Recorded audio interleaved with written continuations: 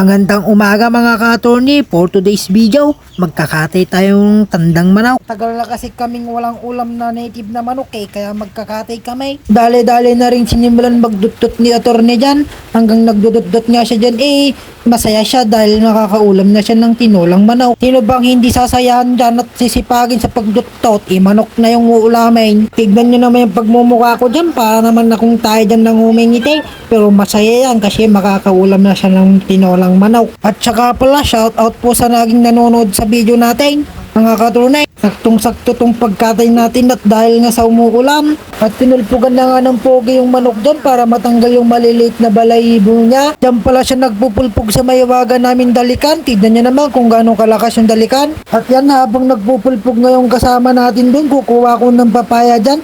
Hindi kasi kompleto yung tinola natin pag walang prutas na papaya.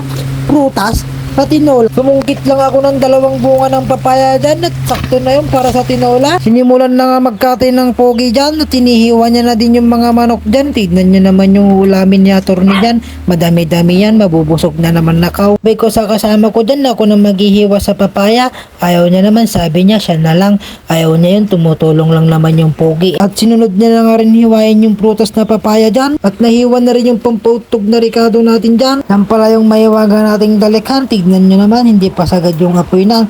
Kapag sinagad kasi yung apoy na, nilipad na yung paryok dyan. At una niya nilagay dyan yung bawang na pampautog. So dyan na rin yung sibuyas na pampautog dyan. Yung huli, yung luya na pampautog. Sige, lahat na pampautog. Ewan ko na lang siya nagluluto Minikos-mikos na nga dyan ng pogi. Tapos hinihintay lang namin magluto talaga yung pampautog dyan at ilalagay na namin yung manok. Yan at nailagay na nga yung mga manok dyan mga katorne at nilagay na rin yung patis na pampautog dyan. Basta lahat ng ilalagay na Ricardo dyan, pampautog. Ganyan pala kalakas yung dalikan namin dito kaya madali lang maglutaw. Nilagay na nga yung malinis na water dyan from Pasig River. Kunting sabaw lang pala yung nilagay dyan para malasa yung manok. Yan pala yung bagong version na inahalo sa tinola. At dito lang kayo makakita ng uong na inahalo sa tinola. At sinunod na nga rin nilagay yung prutas na papaya dyan. At dito na nga paluto na nga tong tinola at pwede na tong adawin. Paano ba yung mga ka-attorney? Hanggang dito na lang yung video natin. Salamat sa panunood.